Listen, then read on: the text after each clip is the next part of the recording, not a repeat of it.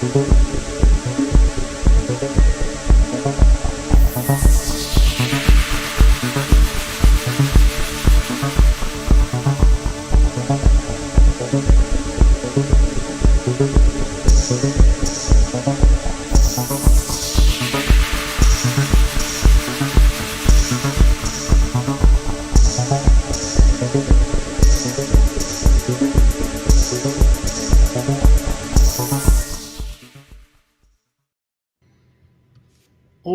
no. Good morning, boys and girls, buffaloes and bunnies. Good morning. Of course, What it's did you only guys morning make? for the next 15 minutes. What you guys make me do this again? Because you were bored. Oh, We thought, well, if you're going to complain about being bored, you might as well make a video, I see. do a stream. Yeah. Anyway, well, fortunately, no one is watching. Well, oh no, two people crept in. We got to figure out who they are. Well, one's me. Well, there's. Oh, there were four. Why the watching. hell aren't you watching, James? Wait a minute. There were four watching. Now there's only two. So yeah, they saw me on there. we already lost two. So You're we welcome. got David. yeah. What's going on, Dave? Hey, David. Ed. One of them was Jesus, and he's like, "Not this again, nah." Yeah, not this again. Yeah. So I bought some kiwi fruit and some cantaloupe at Fresh Time. It's a hippie organic food store, and I thought, and I brought them home, and they're hard like rocks. So I told my sister, she asked me what I was doing. I said, I'm watching my cantaloupe ripen. I've been watching it all day. And so she suggested that we got this big kitchen. In the middle of it, there's like this huge counter, right? She suggested I sit up there Lotus style with the cantaloupe in front of me when my son Dylan is coming home. And when he asked what I'm doing, I said, I'm watching my melon ripen. And I'd probably be in a nursing home in 2 days. Well, the real question is, does not the cantaloupe also ripen you? Yes, it works both ways. It's watching me ripen. Anyway, the state of fruit in this country is so sad. Now, I have a question about that. You said you admitted to eating kiwi. On the Minnesota multiphasic personality test, if you ticked off that you were eating kiwi over, say, an apple, would that get you show you as being feminine? Right, feminine characteristics. Yeah. Wow, it's just that's the wildest. Yeah. So okay, we don't want to talk about gender, but back when I was 24, I was in treatment and I took that test, and then they read the results in front of my 25-year-old wife, and said that I came out with feminine characteristics. And back at that time, because of what she thought of that sort of thing, I was mortified. Yeah. And it was mostly because every time they asked me, would you rather play with a pill-shaped ball and hit other boys, or would you rather grow flowers? I always said, okay, I want to grow fucking flowers. I don't want to play with my balls. I don't do that. Like when I was in high school gym, we'd have this football game, and every now and then one of my classmates would throw the football to me, and I'd duck, and I'd yell at him and say, "Don't fucking throw that thing at me, you asshole." And they explained to me I was supposed to catch it. It's like, fuck you. You throw something at me, I'm gonna duck. I don't know. I wasn't too into sports as a child, I guess. So, Scott, you're on camera now. You're making. Yeah, I'm showing solidarity with Nitty, who is experiencing something they don't really ever talk about, and that's fedora harassment. Apparently, there's probably some news story where somebody with a fedora was arrested in Tennessee. But I just want to say solidarity there, Nitty. There you go. I'm with you. Let me go down to Michael's and get some poster and some stick, and I will protest for you. And somebody got fired on Fox News.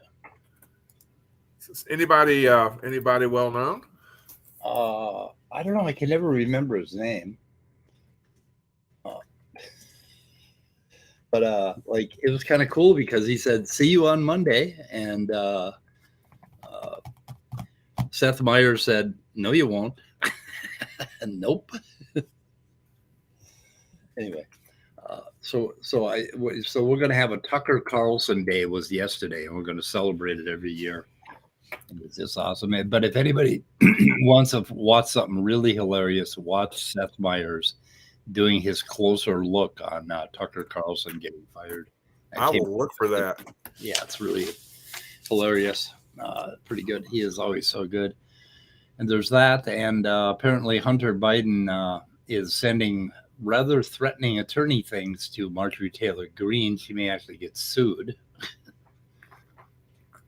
And in darker fucking news, I mean, this is like fucking Lord of the Rings dark news. What's his name? The Florida asshole fell behind Trump in Republicans wanting 48% for Trump and 31% for what's his name again in Florida? Maybe that's DeSantis. Yeah, DeSanctimonious. DeSanta. Yeah. Anyway, that is fucking bad. I mean, the Republican Party, if they run Trump, it's like they have got to be out of their fucking minds to do that again. And now Fox News gets basically destroyed by Trump, and the Republican Party is getting destroyed by Trump. And now he's leading DeSantis because DeSantis is so fucking unpopular. He can't even go against that fucking idiot. It's just like, what is going on, guys? It's like, and we're how many months away from the primaries? Not very long, right? It's going to be soon. It's going to be, oh man. Yeah. Golly. What the fuck? If we run them again, oh my God. I think they're probably going to throw us out of the UN, and, they're just going to, like, America is no longer going to be talked about in the world, I don't think. I wish there was some way to escape to, I don't know. What about the Netherlands or Sweden or Denmark? Just someplace. Even Canada might be better. Look at Nitty. Oh my goodness. Thank you, Nitty. This will be the day we got fired. Oh, wow. He's got some very musical insight into this. Yes. Hey, Gur. I did something. I don't know why I didn't think of it before, but I downloaded a app called Decibel X to see how soft I can get on my trumpet, yet still play good, long, notes.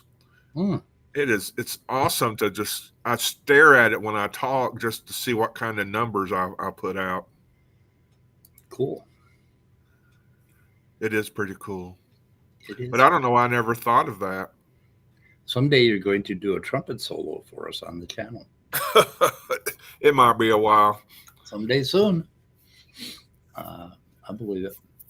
Well, I was surprised. I actually, like Friday, Saturday, and Sunday, I did not do a lick of trumpet playing.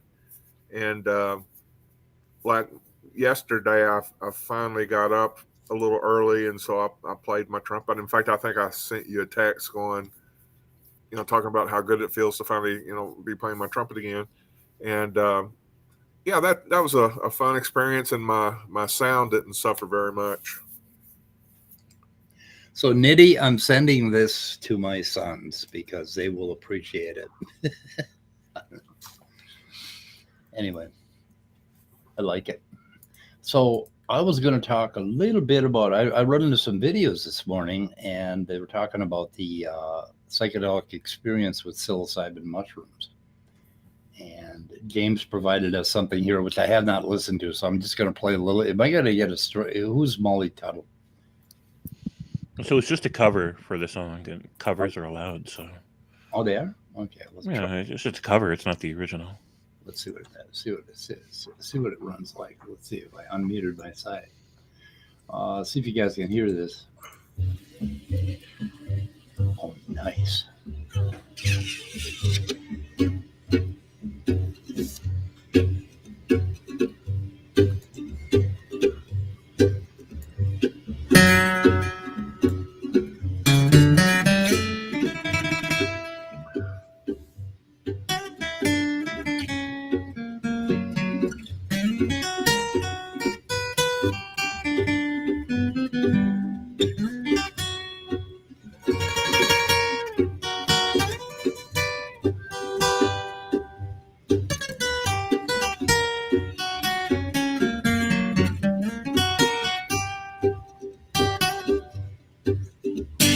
One pill makes you larger, and one pill makes you small. And the ones that mother gives you don't do anything at all. Go ask Alice. Wow. So I'm not going to play the whole thing, but I listed it. I put it in the description. Yeah, that's cool. Very entertaining, very fun. Yeah. That is a very powerful song. And there's a movie by that name that talks about somebody who, basically OD'd, I guess, on pills. Is it called Go Ask Alice or something? Yeah, and psychedelics don't do that to you. You don't OD on them. But bad things can happen to you. And I found a guy who, Adam, let's see, Trip to Infinity. Ooh, I like that. What was that image? That one? No, the wavy one. Yeah. Yeah, that's one of the things you see when you close your eyes when you're thinking about non-random ribbons. This sort of stuff just gets really intense and just keeps waving around, and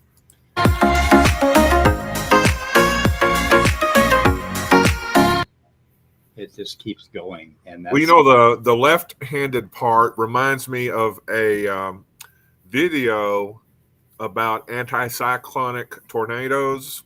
Yeah, because the cloud movement is such to where you have rotation going counterclockwise, a split in the middle that looks just basically like sunshine coming through, and then you have a cyclone or you have rotation going the opposite direction. And so what you get is a very strong normal cyclone, tornado, and usually a slightly weaker, sometimes heavy anticyclone that goes the opposite direction. And because people are usually paying attention to the cyclone, they don't realize that right in front of them, because you always keep a safe distance from the cyclone, but right in front of you, the anticyclone could form, and then you're in danger. Yeah, this is a sort of an anticyclone of the mind, and this sequence here coming up is just incredibly accurate as to what you experience when you close your eyes and you start. But at the same time, you're tripping through an emotional landscape and also your cognitive landscape, and these things are just matching up in bizarre ways, and it becomes very, very intense. Because you're like, you can go through your entire youth in your mind at the same time you're doing this. But before any of that, this kind of stuff is just ever present when you close your eyes. Yeah, and I like the color choices. But you can open your eyes and you can kind of get a little bit better. But this guy right here, Adam, eats an entire mushroom chocolate bar. Now this guy. Sorry, that's just the funny. Yeah, this guy is very honest, but he, I think I want to play this. So, because it's really important.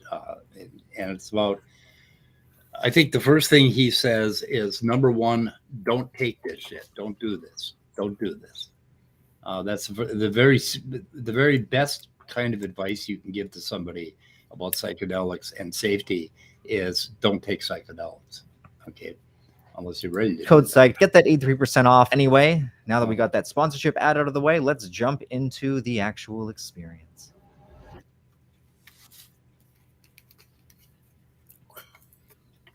Now, before we get started, I'm going to explain to you guys the materials that you need in order to have the most safe experience possible. Of course, again, not to sound like a broken record, well, the best form of harm reduction is quite actually abstinence, meaning just don't take the damn compound, which is what I am recommending. But again, if you are going to do so anyway, I'm going to explain and demonstrate how to do so in a safe way so you don't hurt yourself. Now, okay, and he recommends having some diazepam or Valium around, and he recommends they actually sell this blanket because you will get cold, and I was just really interested in this because this guy describes the experience in a remarkable way, and then he goes ahead and he eats the chocolate bar, and then he starts coming up on the experience, and then he goes and lays down for 7 hours because he took too much. Oh, before I forget, you also want to have intention. How did I miss that? And I'm going to set an intention for this experience right now. I personally like using psychedelics as tools to help heal aspects of my life that, well... And that's kind of important too. But anyway, the video I run into was the psychedelic geometry broken down and described. And I thought it was kind of amazing. So, Psychedelic geometry. This will be in accordance with the terminology laid out within our comprehensive subjective affect index, and will be done without resorting to metaphors, analogies, or personal trip reports. Is that too loud? Guys? Hello? Is it too what? Too loud. Not to me, no. Okay. Just To give you a better sense Good. Okay. of the experience, I've also done my best to accompany each aspect of these descriptions with as many relevant examples of pre-existing replications and visionary artwork from across the internet as possible. Now, as for the effect itself, psychedelic geometry is defined as the experience of a person's field of vision becoming partially or completely encompassed by ever-shifting, colorful, and incomprehensibly complex geometric patterns, form constants, phosphenes, shapes, fractals, and colors. This effect is extremely common at moderate to heavy dosages of almost any psychedelic compound, and it's also this particular effect that has likely had the biggest influence on the aesthetics which we have come to associate with psychedelic and visionary artwork. Okay, and then she goes through the phases, and phase 1 is like visual noise, where it just gets, it's Not pretty, yet taken pretty form. mild. It is thus only perceived as faint visual noise, snow, or static. If you're in a dark room, things will just slowly, and then motion and color, and then phase 3 is basically start to see Patterns with a vague and geometries. somewhat blurred structure begin to form. Geometry at this level is smaller in size with a darker color palette that opened and closed Okay, as this a one flat is- overlay upon the visual field. This is very indicative of what will happen if you're outside and you start seeing rocks or trees or something like that. This kind of stuff will happen to you. However, at this level, they still remain significantly more detailed with closed eyes or within dark environments. I want to run that again. They are also visible with eyes both opened and closed as a flat overlay upon the visual field. However, So one of the things that are happening here is normally when we're looking at things do swim around like that, but our brain is remarkably trained so that it'll filter all of that out, and you look at an object and it looks like it's sitting still.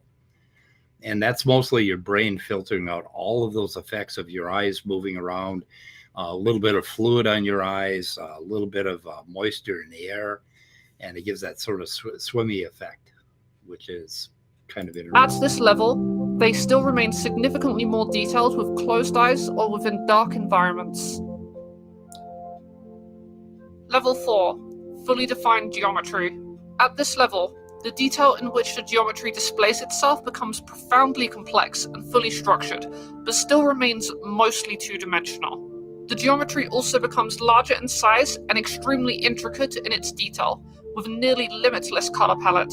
These patterns are displayed across a flat veil of geometry that floats directly in front of a person's vision, still remaining slightly more visible with the eyes closed or in dark environments. Level 5, three-dimensional geometry.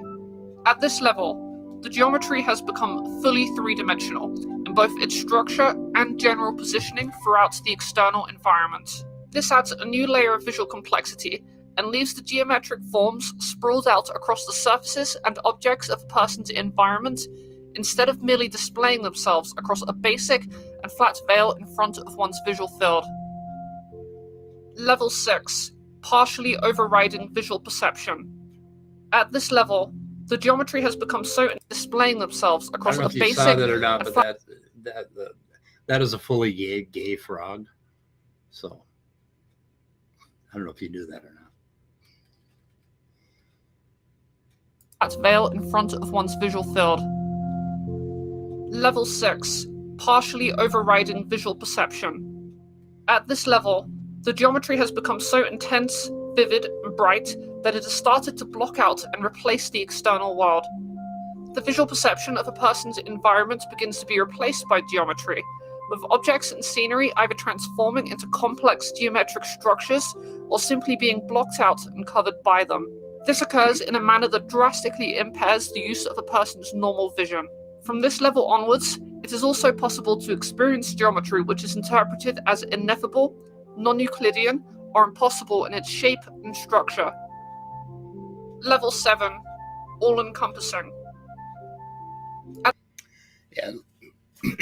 So I've been to level 6 on mushrooms, level 7 on acid. So level 7 is kind of where the whole thing just takes over.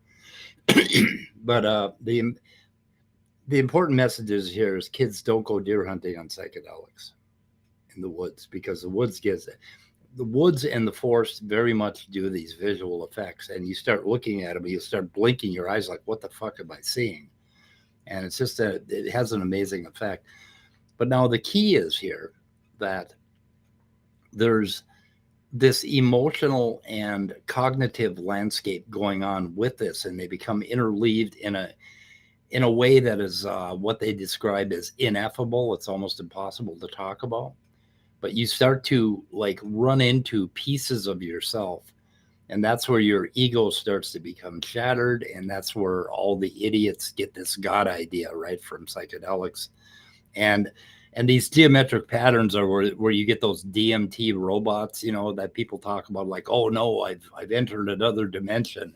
It's like, no, you fucking haven't. You're just modifying the way your brain works. And that's really important. But this person, Josie Kins, has a number of videos that are really detailed and kind of explain what you might be getting into in psychedelics. And there's and this other guy, Adam, he explains what he went through in that video that I linked, and how it was really not a fun experience. This is not a fucking recreational drug. This is not something that you necessarily want to do, because oftentimes what will happen to you cannot be described as a good time. And if you want to use it to explore your psychology or work with a trained therapist or do it in some, like if you have a really good reason for something that you want to fix in your life, this stuff is a possibility. If you don't fucking do this stuff. If you think you're unstable in any way, don't fucking do this stuff. But if you do decide to go down that path, watch a ton of videos about it so that you know what the hell you're getting into, and get into it with some intent, you know, with some idea about how you may want to improve your life and improve your emotional landscape. Sure. But it's a good disclaimer, but at the same time, I'm not sure that I've ever met a human being who was completely stable. So, yeah, right. There you go. Well, so basically I have chosen this in my life over and over as a path to that stability and to an inner peace. And that inner peace does not occur while you're tripping on this drug. That inner peace occurs in the time that you put yourself together afterwards. So it's very much like if you imagine your whole personality as this pile of snowflakes. Like if you've ever gone out and it's really cold and it snows and the snow is real loose and fluffy. And what you're going to do is you're going to put your hands underneath that pile of snowflakes, and you are going to throw it up in the air. And for the next 7 hours, you're going to attempt to put it back together again. And it's never going to go back together in the same way that it was. You are going to be a different person when you come out of it.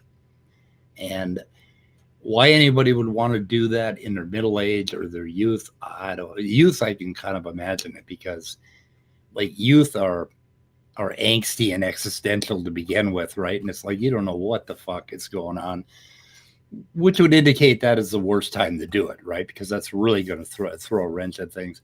And in your middle age, when you're busy doing your job and your family, you may not want to change.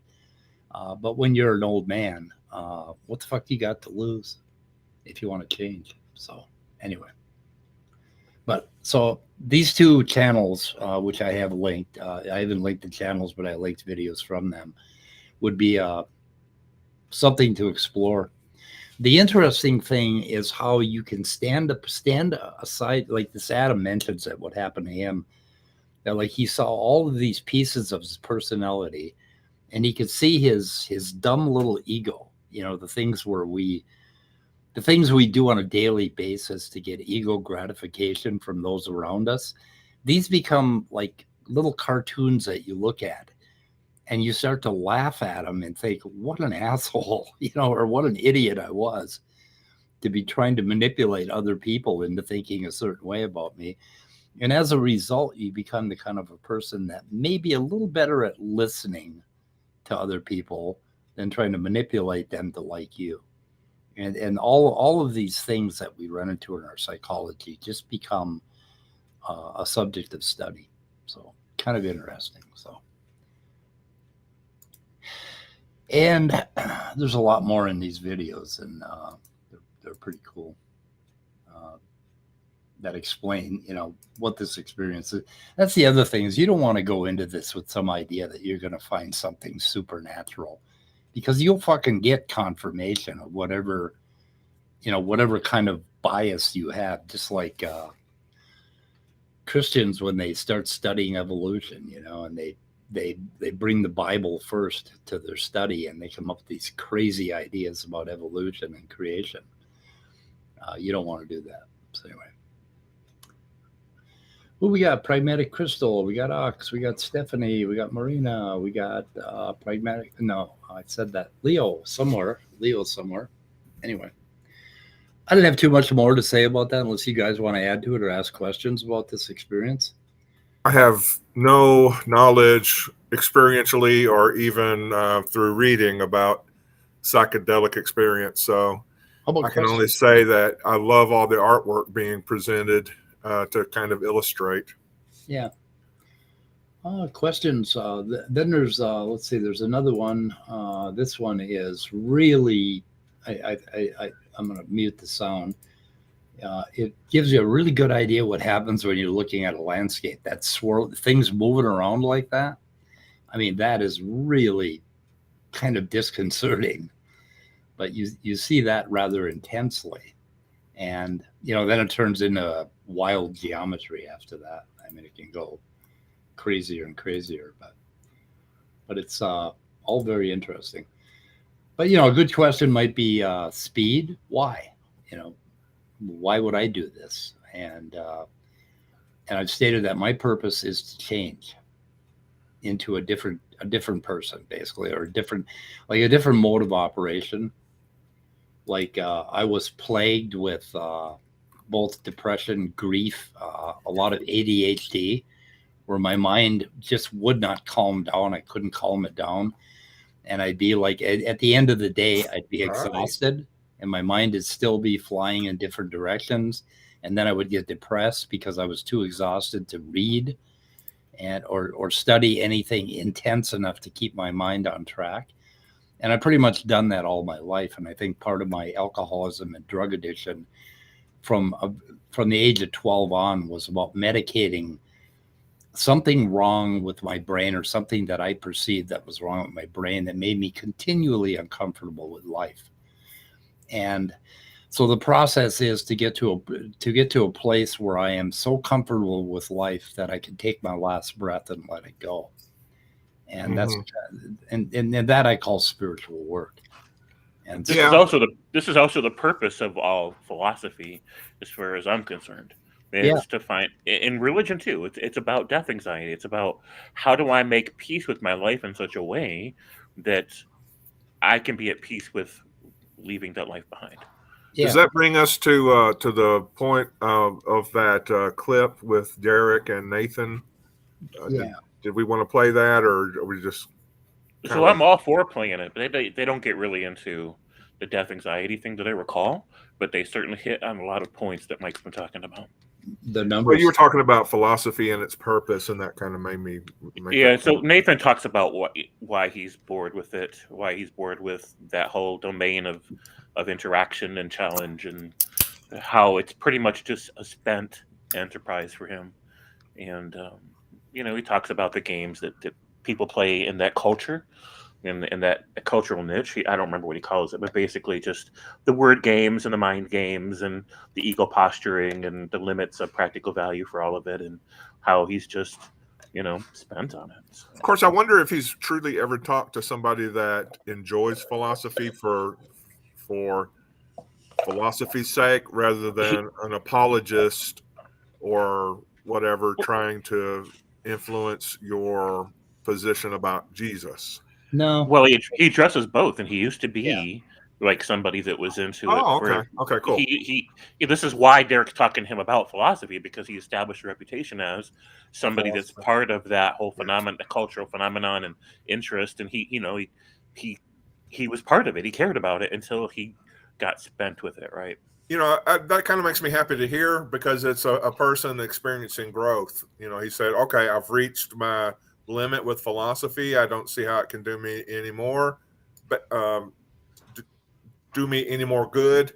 And so he has gone on in his life. Yeah. Get away, Kira. You're going to knock over my horn. Well, it's the frustration is from like when you start reading about philosophy of the mind or epistemology or this thing about physicalism, what you run into is so-and-so has this argument against realism, and then you'll have so-and-so has an argument against that argument for realism, and then so-and-so has an argument against that argument against that argument, and you go back and forth, and then right at the end of the paragraph they'll say, and it is still an open question as to which argument succeeds.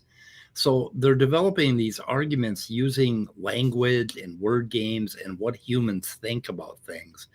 And they're doing it from within the framework of being a subjectively experiencing human.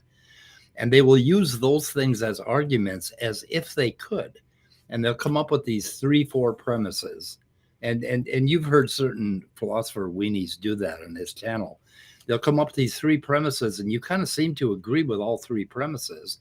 And then they will conclude something, and they'll say, well, if that, then this, right? And then you'll say, well, no, I don't agree with that conclusion. And then they'll say, well, which premise don't you agree with? And it sounds like they've made a perfectly logical, real argument. And if that persuades you to believe something, then you are fucking dead wrong about everything you know in your life. Because those little syllogistic arguments that are based on what our language, our culture, the way we perceive the world, that those would be your premises to come to some great conclusion about the ontology of the cosmos. That is not effective. And you get really sick of that after you've read enough of it.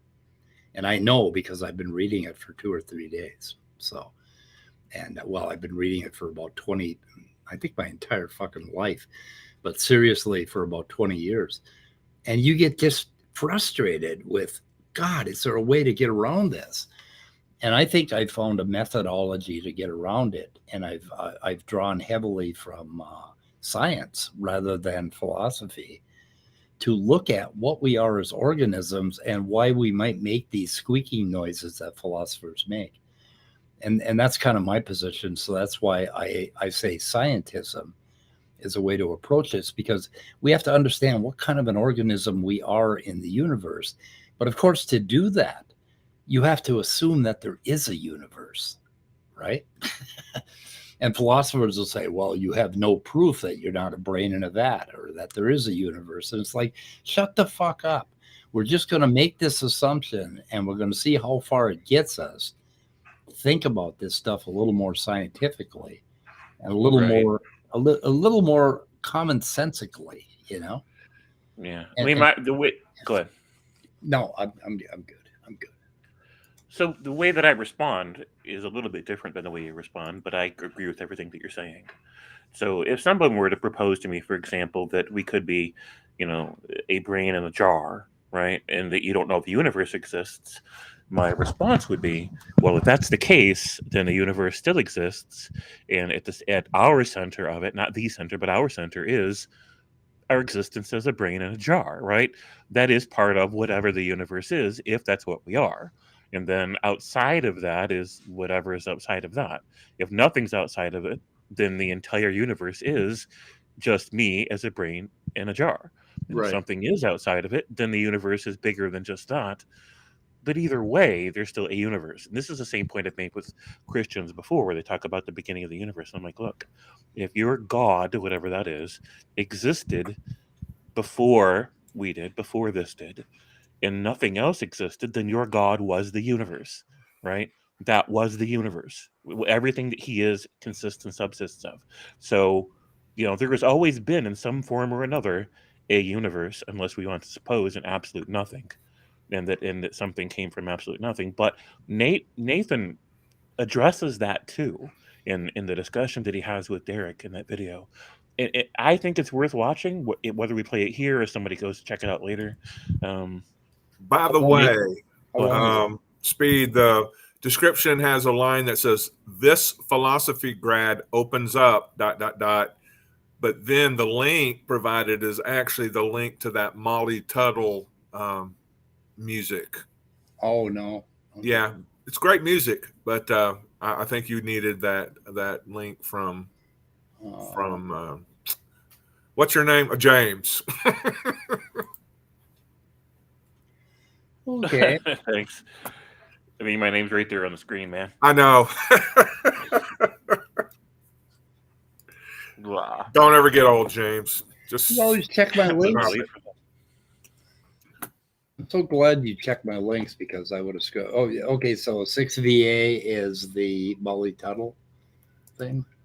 Where's Molly? Where's Molly Tuttle? Oh, there. Okay.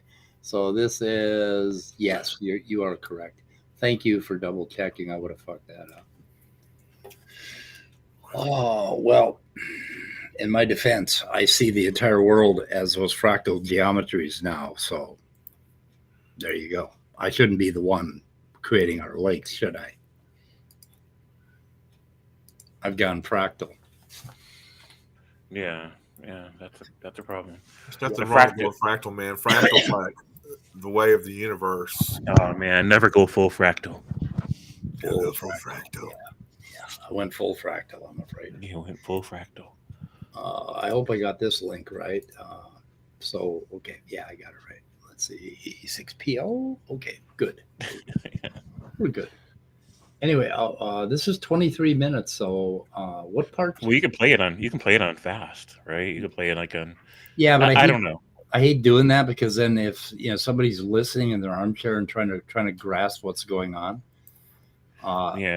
then they have to slow it down, and then we're going slow, and these guys are going fast, and then if they speed us up, then they're going to be looking at like fucking 4 times speed, right? I just hate doing that to the user. So. Oh, I hadn't thought about that. So yeah, I don't have any specific clips pulled out of it. So.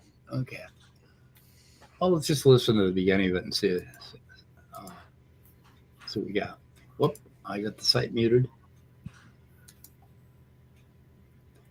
But yeah, I really am sorry that I saw you. I saw that you sent this, and then I didn't. So is that like a bit better? It's better, but it's still. I think I can do about it, right? You can tell. I love this. What I do. Yeah. I get a lot of responses from people who feel that what I'm doing helps kind of remove the shackles of dogmatism. So, oh yeah, if it doesn't work for you, find what does. I've told this to atheists, literally. I'm like, dude, if your philosophy draws you to nihilism and you cannot find purpose and you are like, what's the point? Find something that works for you. And, I had a Christian open theist come on once, and he said, I tell Christians the same thing. Like, if this doesn't work for you, find something that works. And so whatever you need to do, dude, you need to do. And nobody should judge you for that. So whatever, Yeah, I just don't really care about philosophy and apologetics anymore that much. Like, I think sometimes I'll have like a conversation with someone and it's kind of fun, but like you just end up going around the same fucking dialogue loops again and again There you and go. again. And like I kind of feel like I've explored those dialogue loops, and I don't want to like just talk to people who are trapped in them repeatedly. Like that's not fun for me anymore. So I hear you. And I had a question earlier today. I was on Neil's channel and it was about philosophy. Someone asked me, do you know what so-and-so is and what something idealism is and something? And I'm like, I have no idea. And they're like, well, it destroys materialism and the idea, that naturalism. And I'm like, yeah. I'm like, look, dude, I'm telling you what makes the most sense to me. And like, do you know about the Teletubby cinematic universe and like in season 3 of Teletubbies, how the sun changes? Like it's like that to me. Like, yeah. I just I always think about conversations I have with you, and I'm like, I'm a little turned off. I'm not gonna lie, by philosophy. Not because it's not an interesting, good thing to research into. It's just when you see so many apologists go to it as the solution, and like I've said it many times on your show, I've said it elsewhere, but like when you take a historical, critical approach and you see the God that is an ancient Near Eastern deity that has a body, has sex, has a wife, like the whole nine, become the sophisticated Platonic outside of space and time deity, and you rescued him from his normal natural habitat in order to make him fit modern scientific understanding and such. To me, that's huge red flags to me. And it makes me go like, it's just an escape that we've developed because we're holding on to God, in my opinion. At least the biblical God. Like if you have some other idea about a deity, and this is where I also think that there's just baggage, that's fine. But I always think about that with you. And you're like, yeah, you can make anything work if you try hard enough with philosophy. Well, I think that what often happens is there's like a sense of, this isn't for all theists, but for most of the ones who engage in apologetics and stuff, there's a sense of like intellectual inferiority. And so basically all that philosophy becomes is like intellectual chess thumping. It's like, it's a kind of performance, I think, actually, where you kind of develop a vocabulary and a way of acting and talking about things, and even accolades, like associating yourself with prestigious universities like Oxford and Cambridge, right? And the historic, you develop this kind of like whole performance of intellectualism and being on a kind of like galaxy-brained high horse, such that you don't have to feel that sense of intellectual inferiority, or that you can kind of like snigger at people like Aaron Rohr and Matt, who, for whatever psychological issues they have, just won't ever bother to actually like engage with them in the way that the philosophy types want them to engage with them. Right. So they're just always going to be there. Okay, that's really important. There's a certain amount of philosopher trolls, that have gotten a little bit educated, and they'll go after Aaron Rohr and Matt Dillahunty and people who are just trying to think their way through this apologetic mess. And they do so from this highbrow position that, I've studied philosophy and I know about Putnam this and fucking Plato that. And they'll always find a gotcha because somebody has always read a piece of philosophy or an argument that they can throw at you that you don't know anything about, no matter how far you've gone into philosophy. And they do that stuff and they troll atheists. And they're usually atheists that are doing this. And I think Steve McRae, with his definition of atheism and, fucking agnosticism and all that, is doing just that. And doing it for what purpose? Not for the purpose of convincing anybody, but for the purpose of trying to make somebody else look dumb. And you taking the high horse. And that's what he's talking about. And he's sick of it. And I can understand it. And I call them philosopher weenies, people that do that. And I would prefer people. There are some real philosophers that we've had on the channel. Like one of them is Nicholson. And he has no words. He never does that. They're humble and they're real. And they're doing real work in philosophy. And those guys will never belittle you, for what you don't know, that sort of thing. Mm-hmm. And he gives away his books. So yeah, free downloadable, works on philosophy of biology. Yeah. And so when you get a chance to go ahead. No. When you get a chance to watch that whole video later, I'm sure you're going to want to grab some clips from that and share them in your next stream, because there are some moments on there where you'll feel quite exonerated, like validated in your position, because he agrees with you repeatedly about different things. Okay. I am going to have to, I'm going to have to listen to this and go through it. And maybe that would be, well, if we could find it, it would be a launching point for my talk about the reality of abstracts and all of that. Mm-hmm. And, you know, I've been having this, we're up to 90 some emails with Jay Patrick, and all we're doing is we've got a semantic disagreement, and it's what is physical or what is real. And I'm saying that abstracts are real. And some people say, oh no, there are real objects, there are concrete objects. And then there are, you know, abstract concepts. And right there, he crosses over into the mind. And I keep trying to drag people back to this view of the world, which I call God's eye view. And people, even you, Scott, the word God just triggers everybody. So we decided, oh, what else could I call it? But we can't think of anything clever to call it.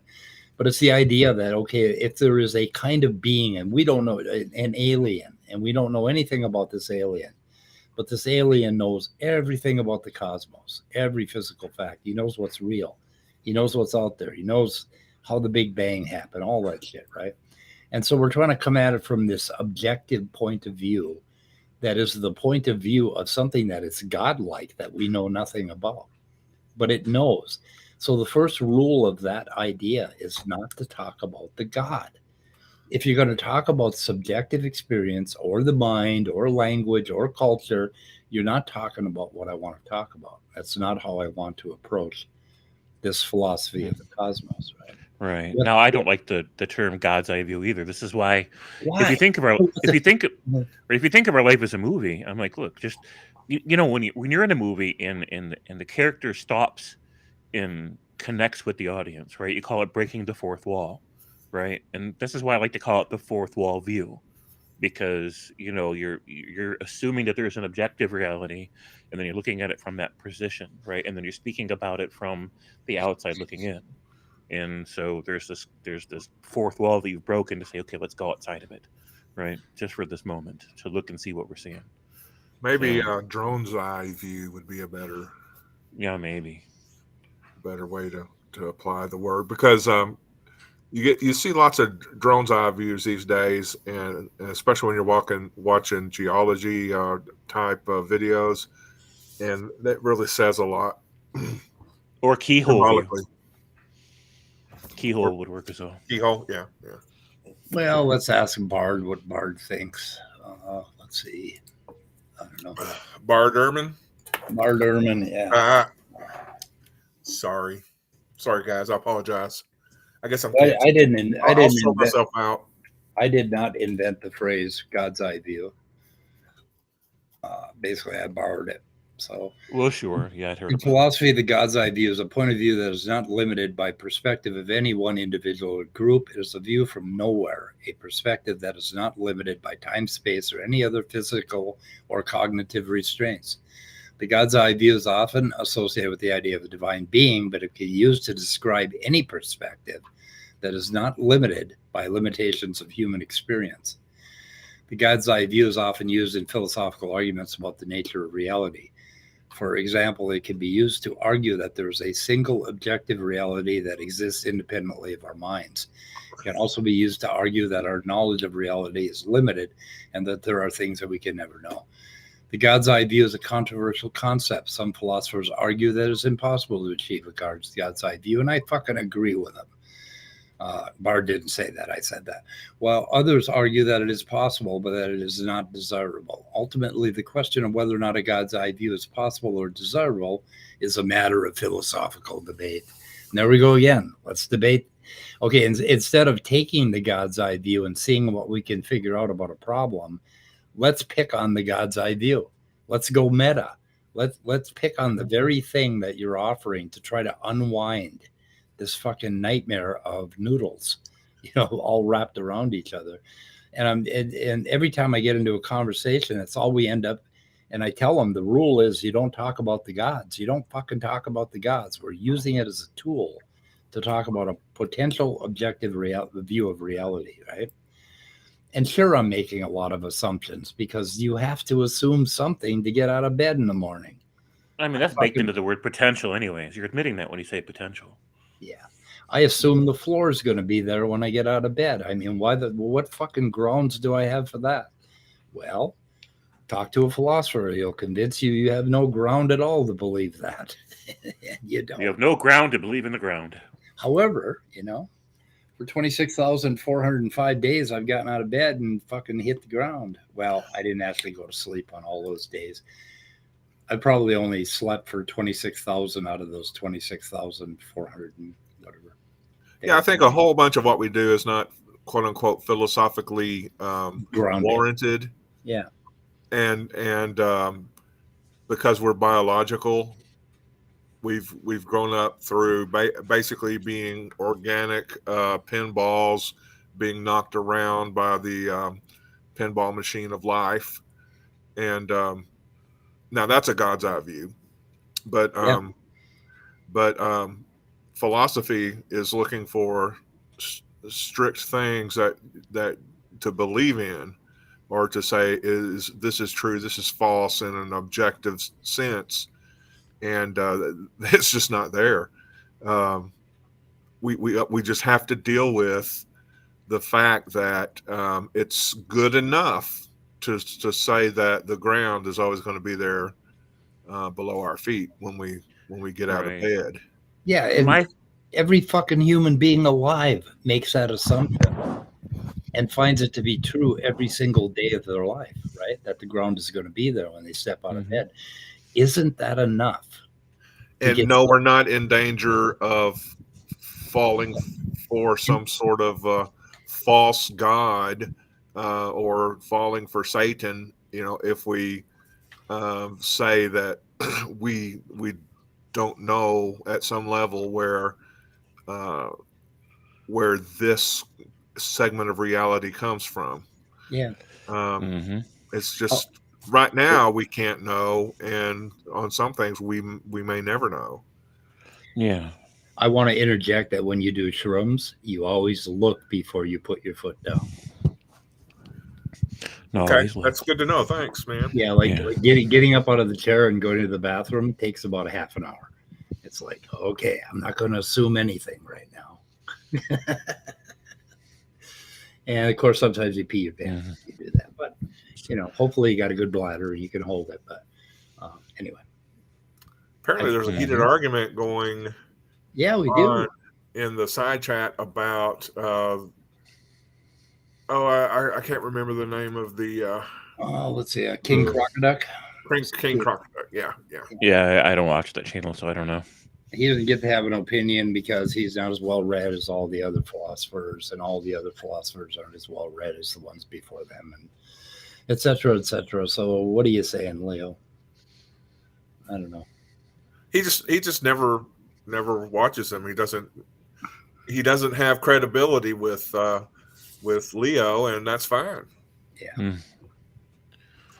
I mean, I don't have credibility with Leo, and I'm okay with that. Nathan and Derek have credibility with me. I don't know about you guys, but yeah. It's been so cool to watch Derek grow over the years as well. Yeah. So he definitely some organization, some institution needs to give him an honorary PhD, New Testament studies degree or biblical studies degree or something like that. Yeah, and he is on fire lately. I mean, he is really producing, and he's just, he's come to like a general understanding of this biblical history, and he's screaming it from the rooftops. Look, guys, this Bible stuff no makes sense. It no makey sense. Sorry. I mean, it's great if you're gonna have a religion, and it's everywhere. It's easy to get access to. Maybe choose it. Just don't be a dick fundamentalist. Oh, there, my name is Dick Fundamentalist. Because that's just so annoying and just really rude if you want to want my honest opinion. But Christianity, if it's a religion, fine, but it's not archaeology. It's not theology is not real science, as some fundamentalists have written, theological journal articles about it. Is theology a real science? Yes, it is.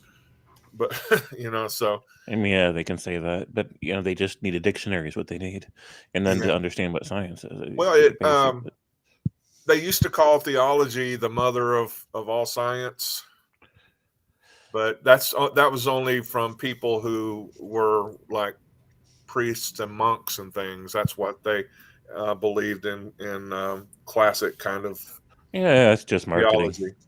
Marketing. I changed my screen name. Dick fundamentalist. Nice. Dick fundamentalist. I love it. Dick fundamentalist. Yep. Right. Listen a little. So go ahead. No, James, go ahead if you want to change subject. That's cool. So. No, it's fine.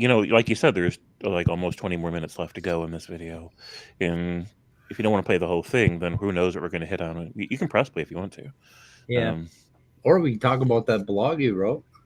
So I wrote a blog, and I also shared in private chat. I got a compliment from Neil from Gnostic Informant the other day. Sweet. Did you share it here? You shared it here? Yeah, I put it in private chat. Neil Sindlak is also another person that has grown a lot over the years, kind of in concert with Derek, because they really communicate back and forth a whole bunch, and they collaborate. Right. And this is the thing that I'm a little bit jealous about, because of all these really smart guys, and okay, yeah, they're smarter than me to start with, but they're spending all this time like thinking deep thoughts and doing their homework and all this stuff, and they're growing as people. And I don't feel like I'm growing like as a person. I feel like I'm the same limited guy that I was 4 years ago. But yeah, you can play to. I appreciate compliments where I get them, so that's one of them. This is one. This is the clip. Yeah, that's the clip. Okay, let me go ahead and unmute this site and unmute that. Personality, attitude, spirituality, the subjective sense of connection to a larger reality and one's appreciation of oneness with it. That should be in a book. That should be in the Oxford Dictionary, bro. That's nice. Better than I would have said, for sure. So you can tell right off the bat. That's it. That was it. That was the in the chat. Okay. Wow. That was nice. That was a good. Yeah. What the hell? Yeah, I thought it was good, and I appreciate the compliments where I can get them. You need to make a t-shirt out of that. Derek wasn't on that page at the time, so he's like, "Okay, yeah, that's good. That's fine. Let's move on." Did you link your blog? No, I didn't link the blog, and my blogs are always too long because I kind of figure out a way to go back and like make it shorter. I can link it, or I could even read it, but like I think it's quicker if I just read it. Yeah, and you always deprecate yourself for that, but if I were to write a blog, it'd be like, I got some shit I want to say, but I'm right. Fuck you. Goodbye. And that's the end of it. But you can write. I can't. Well, I'm comfortable with write a sentence. So I never experienced what some people call writer's block ever, no matter the topic. And every time I write something, whether it's on a personal blog or something I publish, I always learn something new because I'm making myself think about things in new ways and express old ideas in new ways even. And for me, that's the biggest value of blogging, is that I grow a little bit every time. This is the one way I do grow. I don't grow so much from what I do in YouTube. I just don't. But I do grow from my writing, and I do appreciate that. So I'll go ahead and link it right here. I'll drop it in private chat. Cool. I've got some kind of like, I'm using cough drops. I've got a little bit of a cold, so my voice doesn't feel right to me today. But I could still read it if you want me to. Can we put it in the side chat? Or flavor of the person's personality. Yeah, if you want to just put it in, if you want to just drop it in chat, you can, and people can check it out whenever. Larger reality. Hey, hold on a second. I got a problem. I don't know why I have a problem. That should be in a book. But I do. That should be in the Oxford Dictionary, bro. That's better than I would have. Okay, I know what I did wrong. Sorry. Okay. Sorry. He almost sounded Canadian when he said that. Sorry. So sorry. Sorry. Eh? Eh? Oh my God. So let's say, okay, when people in the Christian religions are proud to let us know they aren't. Oh yeah, that one's always been a classic. Oh yeah. Totally not in a religion. It's a relationship. Right. So the algorithm fed me this random video of these religious people talking about how orthodoxy is not a religion, right? And they're not a religion because they don't have any rules. And I'm like, the hell you don't have any rules? Like, what the hell? Orthodoxy's not a religion? Right. Yeah, Christian orthodoxy is not a religion, he says. And I didn't link the video here. I thought about it. I'm like, yeah, let's make it more general. Well, right? you know, when you look in the dictionary under religion, Christian orthodoxy's face appears. Yeah. I'll show myself out. Yeah. No, I hear you on that one. So, I mean, if you want, I can read some of it. Yeah, go ahead. Yeah. So when people in Christian religions are proud to let us know they aren't in a religion, #marketing. Let's be clear about this. Jesus in those stories committed himself to death. Nobody else did that. He committed the Iron Age equivalent of suicide by cop. And then he had the unfair audacity to ask his deity to forgive people who Jesus manipulated into helping him get it done and more quickly. But neither the Jews nor the Romans in those stories cited the reasons that you ascribed to them. Now, this is in response to a video I didn't link at the beginning, so I might need to go back and tweak my wording on this, because I ultimately decided to remove the video from the beginning of the blog. Some local Jews wanted him dead, but why? Because he challenged their religious authority and their qualifications to interpret their religious laws. Laws which, according to Matthew 5:18, would remain in effect until the sky and the land we walk upon no longer exist. Right? So this whole idea, basically, of Jesus, of the law is no longer binding once Jesus dies and gets resurrected is nonsensical. That is not in there. Right here in this quote, the laws are supposed to remain existing and in effect in their entirety, not one jot or tittle missing from it, until the heavens and the earth, in other words, the land that we walk upon and the sky we walk underneath, until those no longer exist, according to Matthew 5:18. Just as importantly, he was seen as someone making a false claim to being the Jewish Messiah. They didn't care who he hung out with, that he hung out with undesirable people. Excuse me, my throat really hurts today. Granted, they probably did care that he had his own followers, but none of his followers were socially or politically powerful. His followers certainly would have included politically powerful people if he had actually gone around healing the blind and raising the dead, but he didn't. Those legends took decades to grow to those extremes. So the real person whose biographical data has been lost was evidently never able to attract empowered people to his obscure little Jewish sect. Thus, no records remain of his life. We only have later legends to draw from. Now, am I making assumptions about Jesus? Yep, I sure am. I am assuming there was an actual person to start with, but I used Occam's razor for that. And then I learned how scholars use that same principle to extrapolate the most probable explanations about how and why those legends were constructed. Now, here I have this video from Robin Faith Walsh, and it's a short one. Can you play that? Can you see it? Can you play it? Let's see. So I lean on Paul, right? Because at least there's somebody writing something in an early stage. And, you know, like, so what the heck? He says he talks to Peter and James. It doesn't actually go very well, but he's at least talking to them. So what the heck was that about? What were those guys doing in Jerusalem? But I think that, you know, whether we want to say like more likely Occam's razor or whatever, I think it's more likely he was a historical person. Is he the person that Paul portrays him to be as Christ? I don't think so. Is he the person that the later church latches onto as a figurehead, what we might call the historical Jesus? I don't think that's accurate either. I think we've lost him. Whoever he was, I think we've lost him to history for the most part.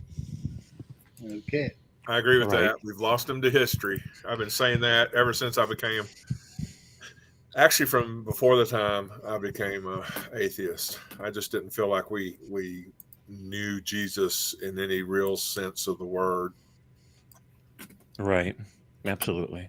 Continue. And, you know, if I just say something like that in my own blogs, people are going to say, you're just some nobody saying a thing that out of your head, right? Out of nowhere.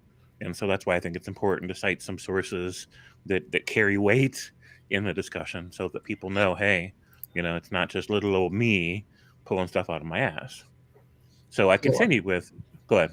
Are you suggesting that they would attack you as a person rather than your argument? I think that if a reader doesn't like what I'm saying, Yeah. and they think it's just me saying it with no support for that academically, they will assume that that's the case and then disregard anything I have to say about it, right? This guy's just like making stuff up. But if I cite sources to say, hey, here's somebody who's dedicated their career to diving into this and trying to make sense of it, right? Along with many of her peers, and this is what they're coming up with, then it carries some weight, right? Then it's not so easily dismissed.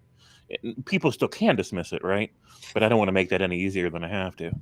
So I continued. The local dominant Jews didn't tolerate challenges to their authority. The Romans felt the same way. And that's the nature of the criminal charges waged against him, that he was plotting to overthrow Caesar as someone posturing as the promised military leader of the Jews. And yet, when that particular Jesus, a common name for a common man making a common claim as a rightful leader of the Jews, died, that actually proved he was not the promised military Messiah of the Jews. He died without doing and being what that Messiah was supposed to do and to be. So I continue. After Peter had a very common post-bereavement hallucination, and I link a Psych Central post or article about how that works. A lot of times people, if they lose someone really close to them, they will have hallucinations in the days that follow. It happened to you. Yeah. I swear I saw my father-in-law walk into our bedroom one night when I woke up from a dream right after he had died. And holy shit. Yeah, that is a stunning hallucination that really fucks you up for a while. Right. So what I consider the most probable theory of all positive theories is that, and Apologia has some great videos about that. I thought about linking them here, but I decided ultimately not to. But so this is the theory that I put forth. After Peter had this post-bereavement hallucination about his friend who died recently, Peter then spread the rumor to others, and then other people took his word for it. So that's when their small Jewish cult began to reinterpret the life and death of their leader. Likewise, and out of necessity, they began to reinterpret the Jewish texts in a new way, as a way to salvage their previously discredited bid to become the special, true, and dominant Jewish sect. So then I've got this meme here that I created myself, a guide to dumpster diving, how to clean, modify, and repurpose failed Jewish cults. Nice. I like it. I had fun making that. Yeah. So That's pretty clever. It is. Yeah, thank you. So, thus, the foundations of a new religion were laid. And yes, it is a religion. They'd still need help from Paul and later gospel writers to help change it into something they could mass market. But none of those writers made the switch to a no-rules non-religion, nor have you. You haven't transcended anything for so long as you're in a totally not a religion that still has, and then I had this long list of things that make it a religion, right? Amongst those, a list of totally not rules that people must abide by in order to have a true relationship with your deity, right? And so they say they're not rules, but they're rules. By definition, they're rules. Yeah. Example, think things that are required to think about Jesus, only say nice things about the Holy Spirit, correctly understand what the Holy Spirit is, abstain from premarital sex, etc., etc. Then I've got this fun little meme right here. And then they said, no butt stuff. Clearly, everyone realizes that willfully living in ways that violate those totally not rules risk being rejected by your deity, committed to eternal consequence, and in this life, seen and treated as spiritual lepers. Again, more consequences. What else reveals you haven't actually transcended religion? Authoritarianism, totalitarianism, sexism, gender role stereotypes, worse yet, celebrated as moral truths, speaking of children as property of parents, advocating for the totally not religious indoctrination of children, very ironically in the name of free will, demonizing everyone. If you want to comment on any of these things, just stop me. Demonizing. Go ahead. Speaking of children as property of parents, that one particularly goads me. This idea that you own your children is just a really bad idea for children in general. Yeah. Particularly if you are of the, if you are not a good parent. I mean, you have to basically, children have to be protected on all fronts, and sometimes from their parents. That one really gets me. You know, I one time as a child did ask my mother if they do own me, if the mom and dad, do you and dad own me? And they said they didn't want to. Well, she said no, they don't own me. They're just in charge of raising me. So she passed the test. She could have said, yeah, and you're really not doing a good return on an investment like we hoped. So you need to get out there and do more yard work or something like that. But right. But she didn't. She could have. But I have to give that to Mom. She was very honest about. My mom would have said she owned me just straight up, but my dad was. We've been trying to trade you in since we got you. Yeah. Or at least maybe see if we can sell the spare parts. Okay, James, continue. Right. Please. And you guys had me thinking too about things that my parents and grandparents used to say. They would say, "I brought you into this world. I can take you out." Right. And they could if they wanted to back then, particularly. Yeah, back then they could. So it's this whole biblical way of thinking that if you owe your existence to someone else and they have rights over you, right? And they like literally your life is disposable if they so choose it, right? If you're not sufficiently flattering and pleasing to them and submitting to them, then they just maybe they'll decide you don't deserve to exist anymore. A very, very religious idea. So, moving on from there, demonizing everyone who isn't part of your totally not a religion, evading moral accountability. Now, this is a huge one. And Christopher Hitchens had spoken at length about this. Evading moral accountability via scapegoating your failings onto an innocent martyr, right? And this is like core to every version of Christianity that I've ever encountered, except for metaphorical non-literalist, New Agers, which are just this new phenomenon, which is ridiculous in my opinion, but it's a different discussion. So, moving forward, fosters irrational shame among emotionally vulnerable victims as a means of thought control and behavioral control, right? And we see people like Great Comfort doing that, where they go onto college campuses and, ask young people, have you ever lied? Have you ever stolen? Blah, blah, blah. That kind of a thing. Presuming to know what any deity thinks about anything, right? Like that's notoriously religious, right? Who else does that but religions? Validating the entire notion of any human speaking with special moral authority, merely on the basis, without proof, that a deity or other spooky mystical power authorized or imbued some randomly chosen fallible man to speak on that power's behalf, right? So, you have to listen to me and do what I say because the creator of the universe told me to tell you what to do, right? It's just a ridiculous proposition.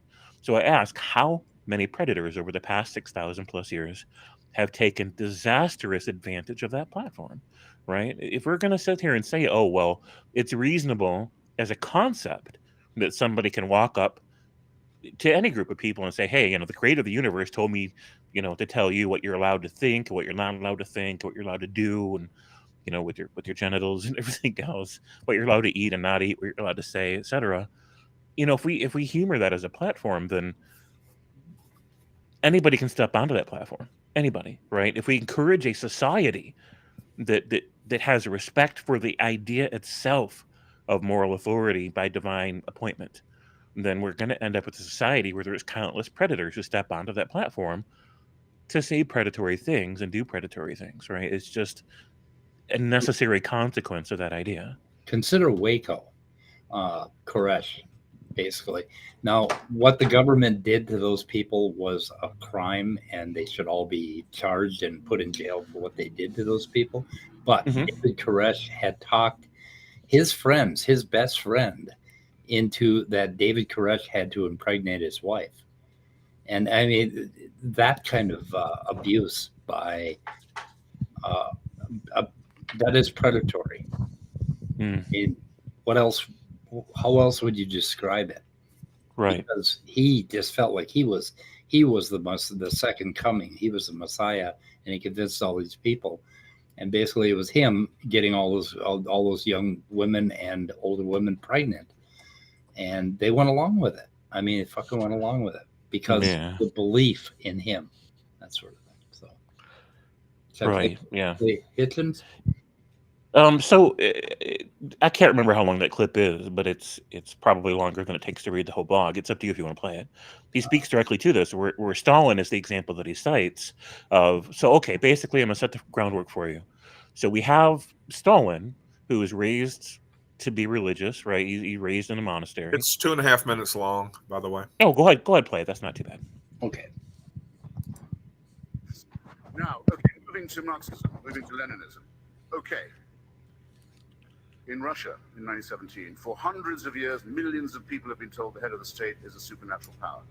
The Tsar is not just the head of the government, not just a king, but he stands between heaven and earth. And this has been inculcated in generations of Russians for hundreds of years. If you're Joseph Stalin, himself a seminarian from Georgia, you shouldn't be in the totalitarianism business if you can't exploit a ready-made reservoir of credulity and servility that's as big as that. It's just waiting for you to capitalize on. So what do? Well, we'll have an inquisition for one thing. We'll have miracles for another. Lysenko's biology will produce 4 harvests a year. We'll have heresy hunts. We'll tell everyone they must be grateful only to the leader for what they get, and they must thank him and praise him all the time. And that they must be aware all the time of the existence of the counter-revolutionary devil who waits to... You see where I'm going with this? That's not secularism. Michael? Oh, do I need really 2? Okay. I'll tell you my North Korea stories another time. It's surrogate. It is at the very best and the very worst. The examples I've been talking about are a surrogate for messianism, for the belief in ultimate history and the end of days and the conclusion of all things, which is, I've tried to argue, I hope with some success, the problem to begin with, the replacement of reason by faith, the discarding of the one thing that makes us important and useful and different from other primates in favor of something that requires no evidence and just requires incantation. Not good for you. If Dr. McGrath or anyone else could come up with an example of a society which had fallen into slavery and bankruptcy and beggary and terror and misery because it had adopted the teachings and the precepts of Spinoza and Einstein and Pierre Bayle and Thomas Jefferson and Thomas Paine, then I'd be impressed, and that would be a fair test on a level playing field. But you will find no such example. Indeed, the nearest such example we do have is these great United States, the first country in the world to have a constitution that forbids the mention of religion in the public square, except by way of limiting it and saying that the state can take no interest in establishment of faith. Best known under the rubric of the Wall of Separation, my new slogan is, Mr. Jefferson, build up that wall. Hope you'll join me in it. That was good. I apologize for the volume. I could not get it any higher. I got to turn me down again. I don't know how to fix that. So you're good. Yeah, I would have to run it into some video software in order to fix it. So okay, go ahead, Jim. All right. So we're most of the way through this, I promise. So I continue. Surely you can understand how unwise it was for anyone to build and validate such a platform. What else incriminates your cult?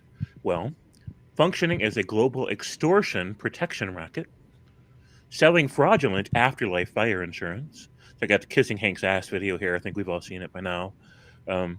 Dishonestly marketing that fantastically expensive and still fraudulent insurance as free. And this is a big point for me, right? They're always talking about how Jesus paid the price and it's free and all you have to do is accept it, right? But no, because you have to read the fine print. You have to read the terms and conditions. You can't just say a thing and magically believe it. But even if you can find a way to believe it, you can't just say that your deed is done, right? Because now the church that you've submitted to, whichever one happens to have sold you on the proposition, they're going to ask a lot from you for the rest of your life, right? The religion is going to ask a lot from you. And so to clarify the point, I wrote something here and I It's an image that I put there. So it says this: I have never bought anything with money. Everything I was ever sold was paid for with pieces of my own time and energy, sacrificed at the cost of every precious moment that I could have otherwise purchased. Seldom did I spend wisely. Neither was I taught to. Biblically anti-educated, I was forsaken to learn the true value of all things the hard way. Over time, I came to understand that the exorbitant costs of religion, the artistry of cons, they demand the unconditional surrender of everyone's emotional, cognitive, and physical autonomy, along with every facet of our personal maturity and further potential in this life, which stands in the way of their collectively entitled ambitions as would-be masters of an artificial race, self-important, pseudo-modest links in poorly aging chains. Their message and promise was never true nor free. The true cost of every convert, the true cost to every convert, and every human system in which those religions have thrived. Large sums of preciously small piles. I'm misreading my own stuff here. Large sums from preciously small piles of everything that matters. So this is it, right? Like they're not just saying, oh, every time they say submit to God or submit to Jesus, and that's all you have to do. What they're saying is submit to us, who represents God, right? And so then as soon as you agree to that entire arrangement, that chain of authority, that narrative, the moment you do that, you put yourself at its mercy. You now enjoy a relationship with these men, fallible nobodies, right? That probably barely passed high school, probably needed help to pass the remedial classes in high school, most of them. Some of them very intelligent, but in a clever, scheming kind of way.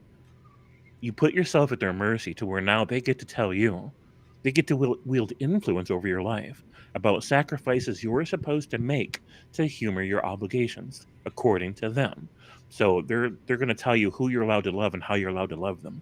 They're going to tell you what your priorities in life should be and what it's okay to do with even your recreational time and what it's not, right? What you're supposed to think, what you're not supposed to think, how you're supposed to feel about the things that matter most in life, right? So this is, and in all the while, they're asking for all kinds of sacrifices from you, not just in the collection plate, but also in terms of the amount of hours you're going to spend in service to their cause, to their interests. Hours that have not just a monetary value, but have a very real, just transcendent value in terms of the quality of your life. The only life that you're sure to ever get. You're making huge sacrifices for these people for the rest of your life, and that is a huge cost, right? Now, people can say that after they've converted, they're spending it willingly, but that's besides the point, that they've been, one, manipulated into it, and two, it is a cost that they're paying, right? And so, not to beat that dead horse any further, we can move on, but I thought that was a very important point. Okay, it's really interesting that one of those costs that they want to exact from you is this bit about premarital sex and how you should basically they want to, and not just premarital sex, they want to climb into your sex life, and they want to make demands of young people that are almost impossible to fulfill. And they want to control all of that because they make the game very, very powerful, right? Mm-hmm. And that is really harmful, I think. And Right. and then with abortion, they want to crawl into the woman's womb and tell her what she can do and can't do with her body, and that she Sure. has to put up with this 9 months of parasite. That's what I call pregnancy, 9 months of parasite. Yeah. Anyway. Yeah, and they're not even honest about the reasons why they're doing that, right? Yeah. So you can read any idea into biblical text. This is one of the things that are most powerful. In fact, I would argue this is the most powerful thing about religious texts, including Bibles, is that they are written in such a way where anybody can take any position and find support for it within the texts. Any position at all that's relevant to any of the topics they talk about, right? And so, moving forward from there, the real reason that the Catholic Church for countless centuries now has, been against birth control and against anything that would reduce population amongst the people that are in the controlled territories that they have, authority in, is because they want as many little Catholic babies popping out as possible. Not that babies are specifically Catholic, but they're born into this kind of a culture where they're going to grow up being indoctrinated, because that's the next generation's bread and butter. That's the next generation of people that they can exploit for power, privilege, and wealth. And if people practice reasonable procreation, if there even is such a thing, then the numbers are going to dwindle, right? And then with that, the power of the church is going to dwindle. It is a direct conflict of interest that their people never even realize, because they're just so faithful in their prostrating. And so, in what was it, 1976, Jimmy Carter's trying to get elected, and some religious fundamentalists were like, we could weaponize this abortion issue. We could dog train this generation of religious voters into being one-issue voters by turning this into a moral issue. So here is Jimmy Carter, who is himself a Christian religious fundamentalist, right? But he is also pro-choice, which was the standard position for Protestants at the time in America and throughout the world. But they're like, we can change that. We can make anti-abortion the new moral truth for Christian Protestants in the world. And so they weaponized it through very careful mass media propaganda and tried to stop him from getting elected. Now, ever since then, we've had to contend with it, right? Because it's proven to be a very powerful political tool. So, moving forward from there, it's still about the same thing. The reason that they want these, people to be ashamed of their own sexuality and not feel like it's okay to have sex out of marriage is because they want to be able to pressure young people into getting married young, right? Because you have these urges, you don't want to make God mad or disappoint your family, so you're going to get married. And what do? You get married to a religious person, because they're also preaching the whole, don't be unevenly yoked thing. And so when you get married to a religious person, it significantly raises the odds that you're going to stay religious, that you're going to be so bogged down with just trying to survive is going to keep you desperate, it's going to keep you vulnerable emotionally and situationally, financially, and that makes you vulnerable to the church having its way with you. They don't want, especially with women, they don't want a young generation of people to go out there and get an education and to get financially empowered and to put themselves in a position where they start to realize that the church is just bullshit, right? And so I think it's more meta than that. They want to exact a toll, and a high toll. For instance, if your 15-year-old daughter gets pregnant, they want her to carry that pregnancy to fruition, and they want her to suffer, and they want kids that may be in a position to have premarital sex or young adults to withhold from that. Basically, they're exacting a toll, and that toll, that guilt, all of that is involved in a sort of a power play on your soul, on your very soul, on what you're thinking, at night when nobody else is listening to what you're thinking. They want to get right in there. And that's what they need. That's what happened to my mom. Go ahead. They're fucking vampires. They're yes, like they are soul vampires. Right. So I talked about Yes, I talked about this at length with DeFreak in the conversation I had with him a couple months ago. And I used my mom as the example because that's what happened to her. She was raised in this religious, Catholic-themed, conservative religious household. And she was denied sex education. So she didn't really understand how babies were made, right? And she was denied like a social science education and psychological education. She was denied any framework that she could build a rational understanding of herself with, or her place in the world, or how things work. And so when she accidentally got pregnant at the age of 14, they shamed her with it. And they wanted her to suffer. They wanted her to pay a penance, a deep, lasting penance for her having forsaken the path, forsaken their God, forsaken their plans, because she was supposed to be, it was her job to raise her siblings, like the Duggar family kind of, I think the Catholic version of it. And she had, she screwed up their plans. Well, now they were going to make her pay. So she forced her into the shotgun wedding with this abusive man, who she really didn't know, not in a deep way. And basically they shamed her into the state where my mom felt so icky and so dirty and so unworthy because of the shame that she carried from this, that it made her even more vulnerable to Christian religion.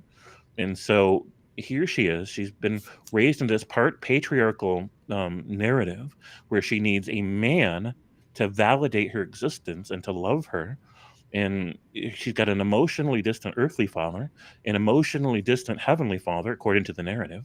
And she couldn't seem to please either one. She'd go through the rest of her life from abuser to abuser, trying to find somebody that could give her the love and validation she needed because she felt so icky and empty inside. And Christianity was the go-to, like, surrogate father that she was looking for. And so she'd bounce from different versions of Christianity looking for an idea or conceptualization of God that would finally make her feel fully washed, clean, and validated, right? And because it's just this whole mind fuck that they did to her, and it deeply rooted her into this narcissistic framework where she feels so empty and loathsome and unworthy on the inside that she gets all of her sense of worth from the praise from somebody external to her. And this is just absolutely woven into the entire fabric of Bibles, the Old Testament and the New Testament, right? And I guess I could go on for an hour, and I probably shouldn't in your stream, but so that's what happened to her. It's the same thing you're talking about, that whole mind fuck where they want you to stay up late and feeling awful about things so they can shame you into compliance with their moral authority. Yeah, two women in my family were basically suffered the same thing. Not quite with the religious overtones, but with the shame and the judging and the changing of the course of their life, one at 13, one at 16. And it was what they did, I guess. Anyway, you want to go on? I can. I think we're most of the way through it. So then the last examples I cite were celebrating a collection of ancient religious lore that dignifies owning and abusing other humans as property. That's not a cult. What is? Undermining the common commitment to help make this into a better, safer, healthier, more harmonious world by speaking of this world as disposable and redirecting people's priorities to a wished-for next world, right? And so here we have the quote from Harper Lee from To Kill a Mockingbird. Sometimes the Bible in the hand of one man is worse than a whiskey bottle in the hand of another. There are just some kind of men who are so busy worrying about the next world that they've never learned to live in this one. And you can look down the street and see the results. Wow. Right? Wow. So I guess we can just leave it there. Like, there's a little bit more. I've already taken up so much of your stream with this, but no, do not apologize. This is great stuff. So we're not that far, right? Yeah, we can finish if you want to. So yeah, we do want to finish. Do not apologize for this. This is your writing is incredibly good. So, well, I appreciate that. And, me and Harper Lee, we make a good team. So I continued with contributing to the divisions in our world. How? By perpetuating toxic and divisive ideals throughout human social systems, right? And if we look, and I didn't mention this because the blog is already so long, but if you look at Bibles, like we've all heard the quotes, right? Because Jesus says, I came not to bring peace, but to bring a sword, right? Between parents and their children and siblings and neighbors, right? So this writer, not necessarily thinking the same way all the other writers were, but this writer contributing to the development of the Jesus character says, you know what? It makes sense to just put it out there, right? Let's call it what it is. This is a very divisive religious narrative. This is a very divisive religious mission that's putting forth these ideas into human social systems between friends and between family members and in societies where you're always at odds with the people who you would otherwise get along fine with, right? Here you are, you're getting along fine with your parents or your children, or your siblings, or your neighbors, but now religion becomes relevant, right? And now it matters, and their wrong think needs to be called out, right? How dare you not think the correct thing about God, right? and then this becomes a point of contention that otherwise didn't need to exist. This too happened in my mother's household with her parents, and I grew up watching this as they had these arguments around the kitchen table all throughout my childhood about what Bibles really meant, right? Did you ever see the Star Trek episode where there was this this like alien that was made out of energy, and it was making everybody on the Enterprise fight each other, even though they didn't know why? Yep. Yes, I think I saw that 120 times. Yes, it's that kind of thing. Eventually, even when they hadn't yet seen the alien, they're like, hey, wait a minute, we're fighting over stupid shit, and it just keeps getting worse. There's obviously some pervasive external factor happening here, and we need to figure out what it is. And it's the same kind of thing. My mother and her parents would sit around at the kitchen table in my grandmother's house, and they would argue. My mom and my stepdad would argue with my grandma and grandpa over what Bibles really meant and what Jesus's mission really was, and all this other stuff, and heaven and hell and Trinity and everything else. They just argued over every damn thing, right? And I just wish I could go back in time and just smack them all, because come on, this book, this stupid book, is making you guys hate each other, right? It is taking what could otherwise be peaceful, productive, pro-social family dynamics and family engagements, and it is making you waste all these precious moments in this short life we have in this earth. It is making you waste them on hating each other over what you think somebody who wrote a book 2,000 years ago really meant by it, right? Because they couldn't write it clearly enough. People have to argue about what it really means. And I'm like, what a waste, right? To feed so much animosity and derision and division in our world, and then say, well, that was a God's idea, and the promise is that he'll deliver us someday from those very fires that he set and kept fanning. And I'm like, well, how much sense does that make? Because he's just talking about an arsonist at that point who goes around having his people set all these fires and causes all this misery in the world, and then offers to rescue us from it, right?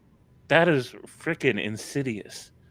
And they just couldn't see it because they couldn't see what was happening. They couldn't do the God's eye view, right? They couldn't look at it from the outside looking in and say, what's really happening here? They were caught up in the minutia of being in the middle of it. And I just thinking about it is just so stupidly sad. So, but to continue, it's another example of what makes them a cult and a religion, is painting all others as part of the world that you have disdain for, but then calling that disdain love, right? They're always talking about the world. If you're not with us, you're against us, have no part of the world, right? Like just dripping and just with this disdain that's palpable even. It's nasty and it's bitter. And then they just say, oh, but they, we're the beacon of love in the world. I'm like, the hell you are? Like, go buy a dictionary if you can't at least buy a vowel for a clue. This is stupid. So to continue, I put the Orwellian word game propaganda, where they ascribe purely positive adjectives to their deity, which are the opposite of how their stories describe him. Well, so ironically, given the state of Fox News and certain other media outlets, it's known as newspeak. Yeah. Yes, newspeak. And so, here's a quote from 1984. Right? War is peace, freedom is slavery, ignorance is strength. Right? The stupid games that they play with words. So here we have this entity in Old Testament text and New Testament text, who checks off every single box in the list of diagnostic criteria for narcissistic personality disorder and psychopathy. And if you're a Trinitarian, also multiple personality disorder. But yet they describe him as not the author of confusion, even though his believers can't agree on what any of it means. That looks like confusion to me. And then they describe him as this purely benevolent, loving father who doesn't at all behave like a loving father would behave, right? And it's like stern, loving father. Yeah, they can call it that, but stern. They say something like that: stern, loving father who sets people on fire, right? If you make a stupid mistake. So No, that's not. So, and then relying heavily on logical fallacies, false facts, and gratuitous emotional manipulations as necessary to perpetuate and validate your totally not a religion, right? And then lastly, the hats. Seriously, the hats. You gotta know how ridiculous your in-group signaling is. The religious uniforms, the we special stories, the in-group language. You may as well go one step further with a secret handshake. And I just left it at that. Um, so we have a cool handshake here. They probably might as well add that in. Wow, that is your blog is great. I'm kicking myself in the ass for not reading more of your stuff. So Well, I appreciate you saying that. One of these days I'm going to make a new blog and bring pieces of the old blogs over because these I think are a bit long for blogs. I'm always because I'll make one point and I'll go, oh hell, this leads to another point I want to make, and then that point leads to another point I want to make, and good. That's pretty short, actually. It is not that bad. Don't feel bad about that. So anyway. Yeah, maybe. I did have fun making that meme about dumpster diving. That made me smile this morning. Yeah. Cool. That's where we're at. I like it. So Captive Desk has, let's see, a thing on Thursday. Thursday at Captive Desk. And I linked it in my description, and I linked your blog in my description, and some other videos and the psychedelic stuff. And I've done my linking. I've been linking. I like Lincolns. Anyway. Yeah, I like Lincolns too. So, DeFreak makes a point about how modern Christians have forgot when Jesus said to love one another and how important fellowship was. Yeah, and that point too. And it doesn't. Well, they have news spake it, to use the King James version of that word.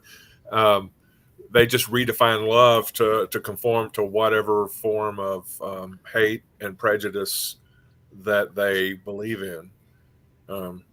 So that's what passes as love for them, Sure. So, when somebody in a white robe with a white hoodie tells a gathering of white supremacists to love one another, right, and do not forsake the opportunities to gather together to express a love for one another, they're not talking about anybody else. They're not talking about outsiders. Right. They're not talking about Jews. They're not talking about black people. They're not talking about Asian people. They're not talking about atheists. They're talking about us white Christian authoritarian conservatives, right? That's what they're talking about, right? And so when they say something like, love each other, even in Bibles, when they say, love each other, right? They're talking to their ethnic and tribal, national religious neighbors, right? Love those people. Love our in-group, right? And the problem with love our in-group as being extra special compared to everybody else is you're automatically denigrating everybody outside of your in-group, right? Because if you're special, if you are the beacon in the world, if you are the most morally enlightened and you are the most divinely appointed and you are the special people that God revolves the world around, well, then it's easy enough to say, oh, well, it's fine that we worship a God who plans on killing everybody who isn't one of us, right? Who doesn't join us at some point. He's just going to kill y'all, right? And violently. Probably you'll suffer horribly because that's the thing God likes to do.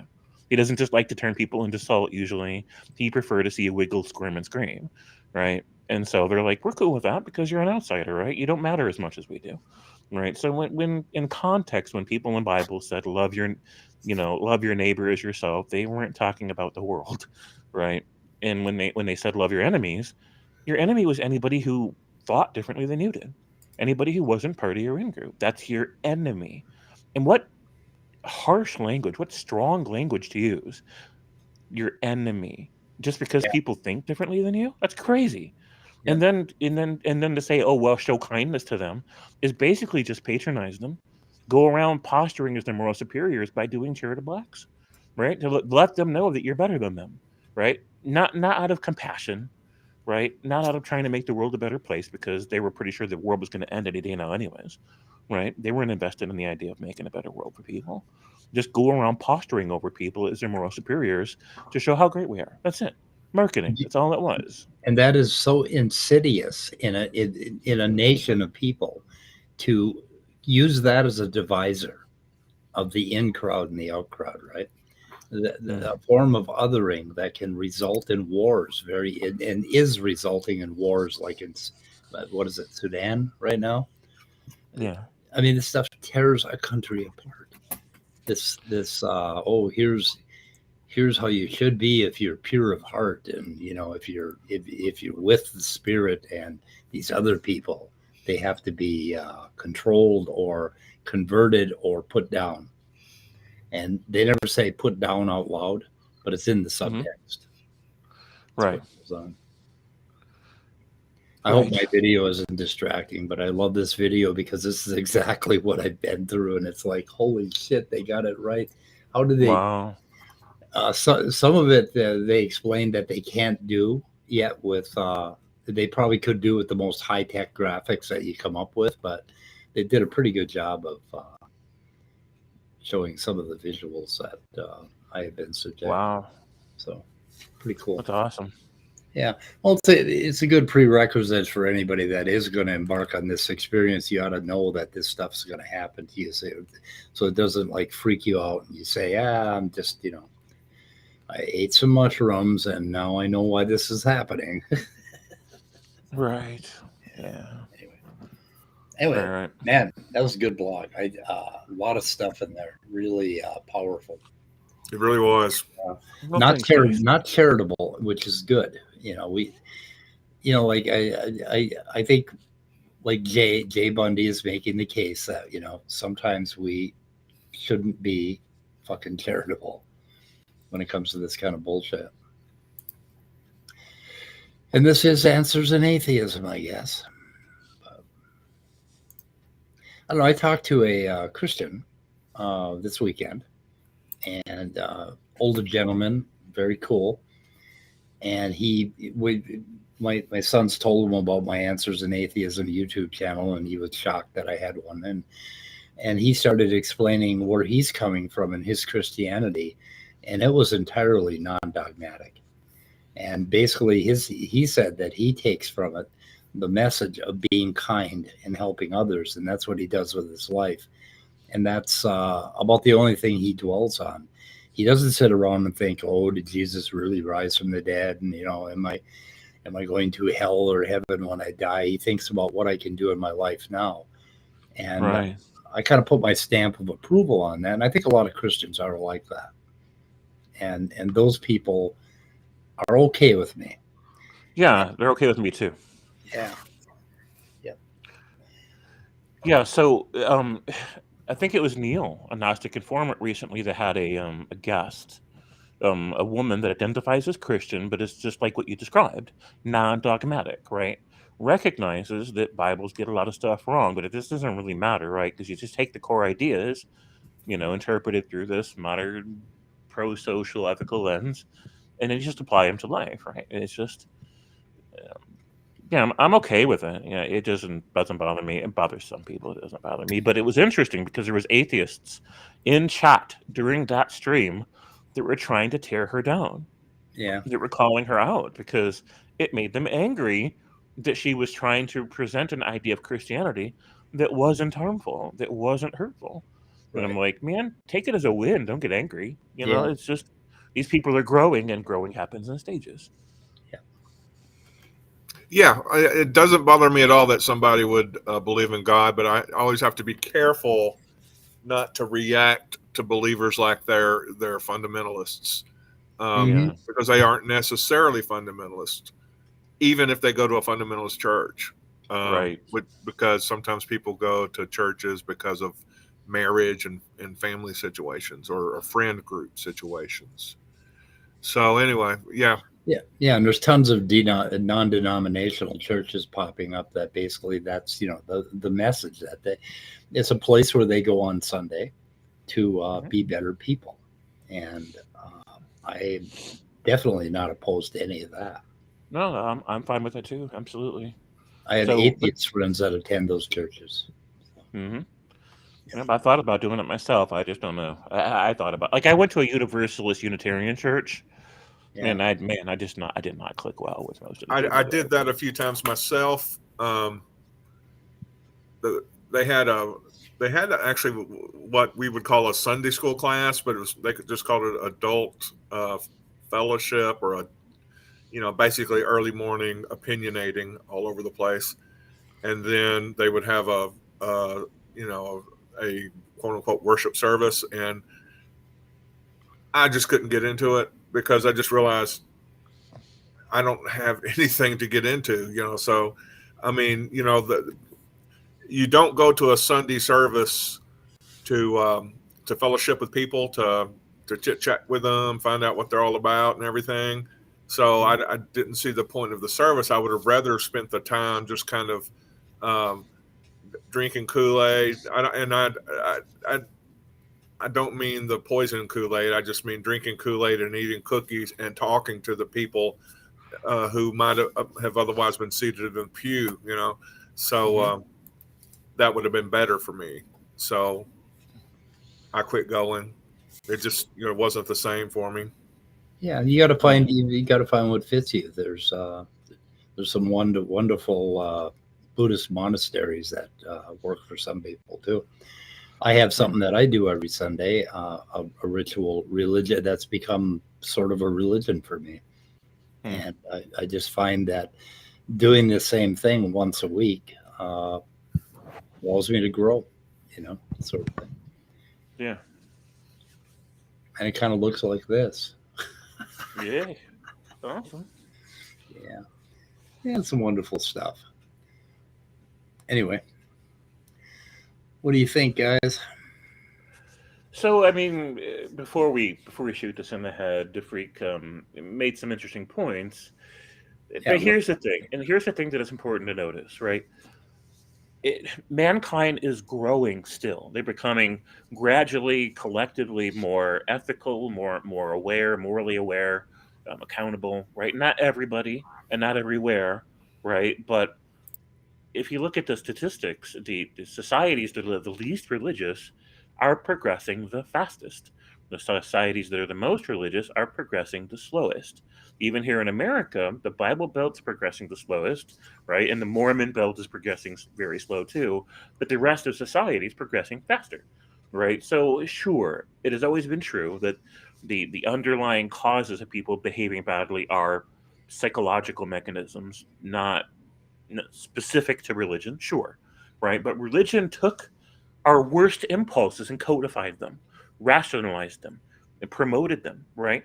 So religions come around and they just say, go hurt other people in the name of the Lord, right? Old Testament and New Testament both say this in their own in very many ways, right? And because those religions caught on in the form of Christianity and then later Islam and things like that, it's taken us longer to grow. We're growing slower than we would have otherwise, right? It's holding us back. It's not bringing us forward.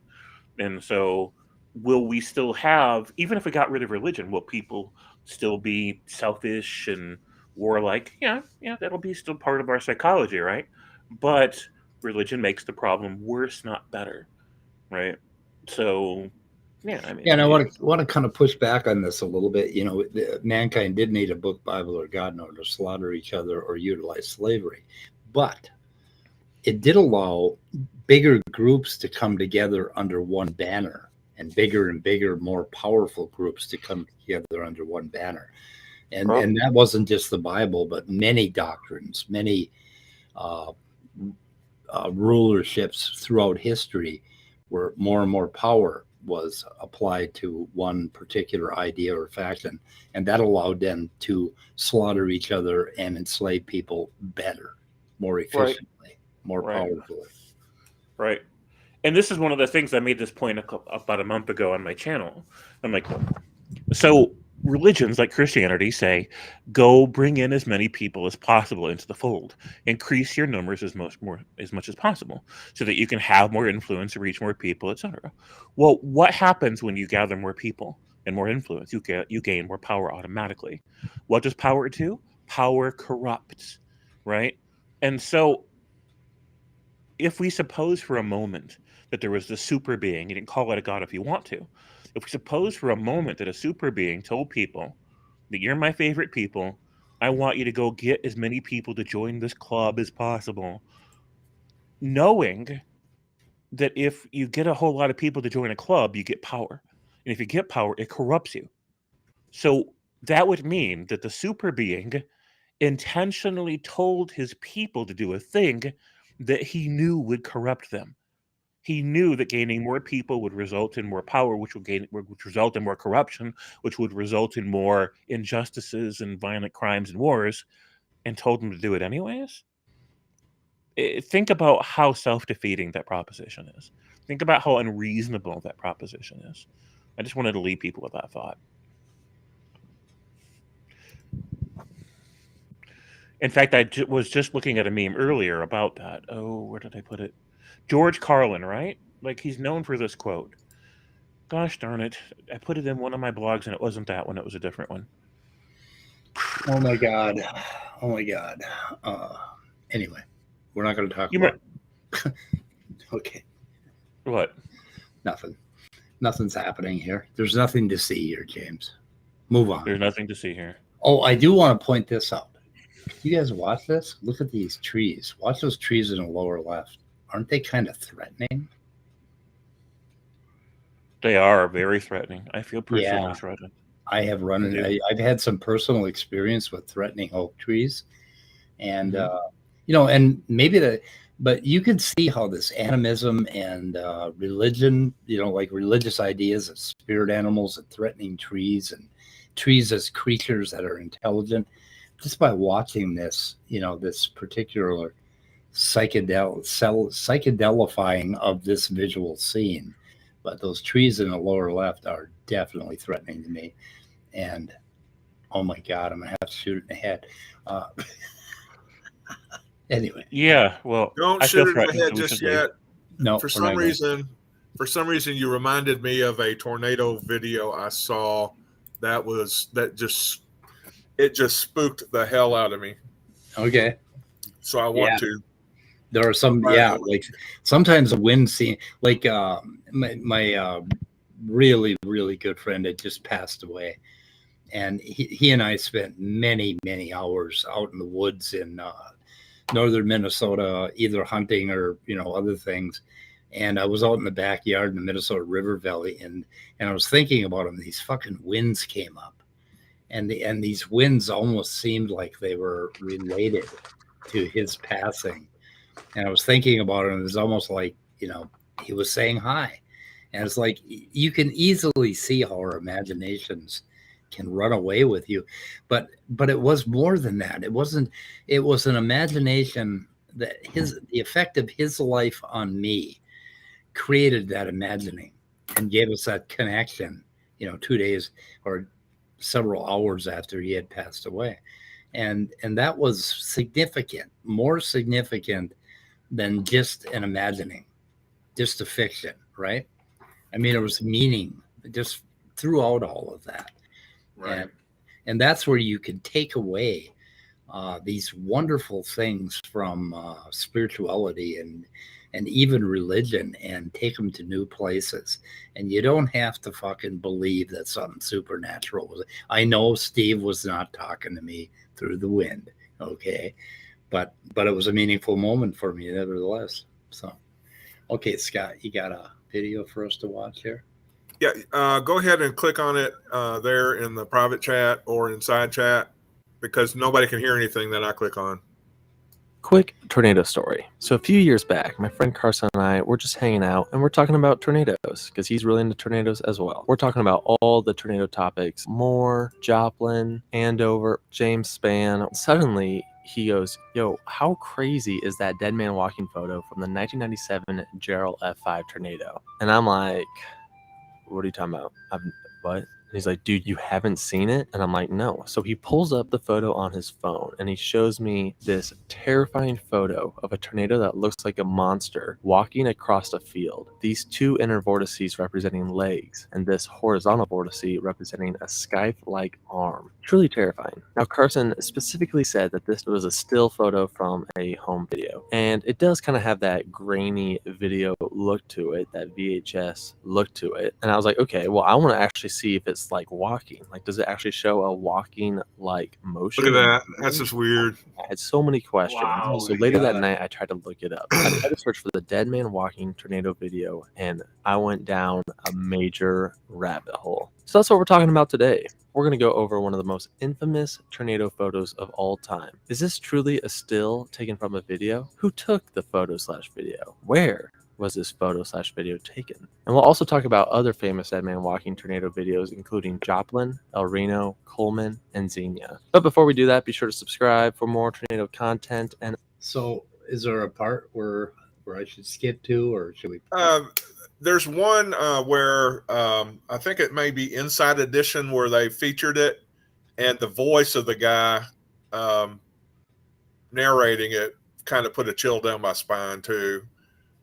It's pretty early on, but yeah, I guess I should have. Well, the origins of this specific photo being called the dead man walking tornado photo can be traced to a Channel 5 documentary that aired on TLC back in 1999. About a third of the way through the documentary, they showed this clip. An ancient Native American legend speaks of the dead man walking. If you see him in a tornado, you are about to die. Boom, boom. I was watching that late at night, and it just scared me. That's all you can say. You're about to die. Yeah, that's a great tornado. And of course, all my life I lived in Arkansas, which we used to have this place that statewide we would call Tornado Alley, because tornadoes always came up that little section of Arkansas because of the geology of the area. And so I just always had a dread of tornadoes. I've never lived in a place where there weren't tornadoes to dread. And so just seeing that gray F5 tornado, and then seeing those legs walking, and then hearing, "You're gonna die." Just, it reached every primeval fear in me. Can you imagine seeing that in real life, the dead man walking tornado? And can you imagine seeing that on shrooms? Oh, yeah. And the thing is, usually, because, those people have cameras that they're just, looking at from far away and stuff. But, the whole idea being that, well, if you're that close to a double